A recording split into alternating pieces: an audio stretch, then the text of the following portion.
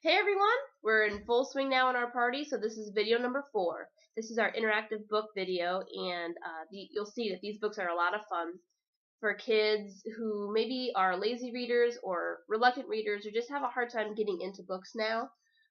When you put these in front of them, it makes it really easy for them to just get engaged with literacy. They also make great shared reading experiences too for you and your child. They are a lot of fun to do together. But I just want to jump in because we have a lot of books to cover. So here we go. How Big is a Million? This is Pipkin. He's our cute little penguin here, and he's on this quest to find out how big is a million. So he'll ask all of his friends and his mom and other penguins, how big is a million? And I really like this book because it starts off and it says, well, this is how much 10 is. And he's like, well, a million seems a lot more. This is how many 100 is. Well, a million seems like a lot more. And then he goes through, and then it starts to snow. He says, well, this is how big 1,000 is. Yes, there's actually 1,000 snowflakes on these 2 pages. Someone counted. So then he goes home, and he's talking to his mom, and he's like, I still don't know how big 1 million is. She says, why don't you come outside with me?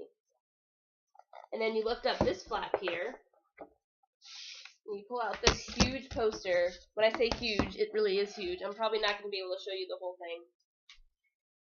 But Pipkin definitely gets his answered how big 1 million is. So she takes him outside and shows him the nighttime sky. And this is what she shows him. I mean, this poster is just huge. And again, someone actually went through, counted each quadrant of this, and found out that there are actually 1 million stars on this. So that's Pipkin and How Big is a Million. Next is probably one of my all-time favorite books. If not, definitely in my top 5. This is called All Better, and it is basically a book about showing kids that it's okay to get boo-boos, and it's really easy to take care of them. It comes with these really neat reusable stickers. They're in the shape of Band-Aids. And you go through the book. They're nice board pages. And all these animals get different boo-boos, so you have to clean it and kiss it and put a Band-Aid on it. What I really like about these bandages is that when they lose their stickiness, all you do is run them under cool water and let them air dry, and they become really sticky again. So again, All Better, reusable stickers. This is great for the doctor's office, or if you're in church and your kid is just really fussy and fidgety, or you're in a restaurant waiting for your food. This is a really good book to pull out. Our noisy books are really great too. I have 2 of them here. This is Baby's very first noisy book, and this is just our regular noisy book. We have a few different kinds of this, and this one too.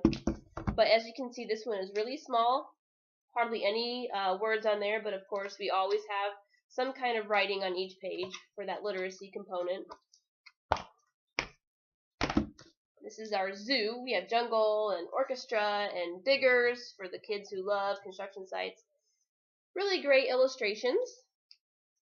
And what I love about our noisy books is the sound quality is really amazing. You know, it does have this one speaker up top here, but it's really great. Let me see if I can show you what an elephant says. And what about a wolf? So these are really great. The sound quality, again, is awesome, and the noises aren't annoying like some of the other noisy books that you might come across.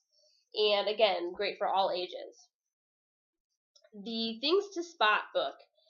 This is Out and About. We have a few other kinds that are also things to spot. But they're your kind of beginning step, searching books. We have a lot of different activities in these books. Each page has different questions here that you're looking for something. Or you can make up your own questions, which is what I do.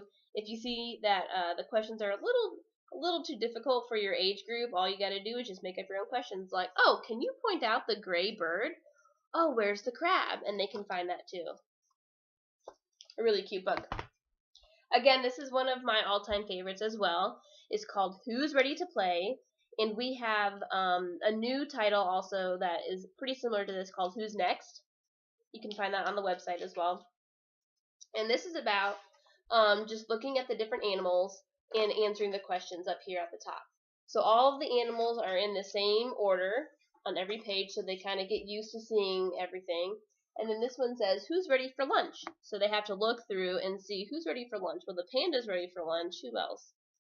Oh, the duck is ready for lunch. So again, you just go through, there's different questions that you can ask, and then in the very back, it goes through and talks about all of the animal names. So you can have a good time learning some animals that you might not know. Like chameleon, that one might not be one that they pick up at first. Wheresville is definitely for your advanced readers, again, or shared reading. This is a really cool kind of combination, like history lesson plus a Where's Waldo type book. So it's broken up into Shakespeare's plays, his different plays that he wrote. So here's a little bit about the book, and then here's your table of contents. And then what happens is at the beginning of each puzzle, there's a little page that gives a quick synopsis of the story, and then these are the characters in the book that you're looking for. And then it shows you, and then here's your Where's Waldo kind of a thing. So again, it goes through each play that he wrote. These are the characters in the play that you're finding on the page. And you're just going through this. In the very back, there is a key that gives you all the answers to where they are, in case you can't find any of them. So again, this is a really nice kind of combination book that you can use for some nonfiction, learning, and a really fun activity. Last I want to show you are Busy Card Book. These are our pullbacks. We also have wind-ups, which is on the side of the toy. You wind it up and then it goes, but this is the pullback. So it's very thick, very sturdy. It comes with this nice plastic little container for your toy. This is the car one. And all you do is you open it up. Let's see if I can do this. You open it up, you pull the car back, and then you put it on the little tracks here, and it goes.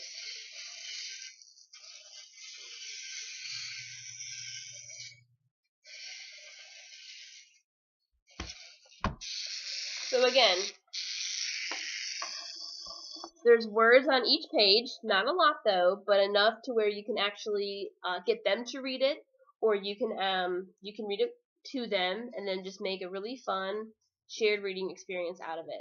And then when you're finished, all you do is you take your plastic container again, you put your toy in it, and then you put it right into the book, and it stays there until next time, which I love because my 1-year-old loves to get in there and make it crinkle and try and hide the car somewhere. It's like a hide and seek for mommy. But so those are some of our interactive books, and I really hope that you got an idea of some of the things that you can buy maybe for some presents or birthday, something like that. But have fun at the party again, and we're going to be back in a few minutes to talk about video number 5, which is our activity books. So I'll see you there.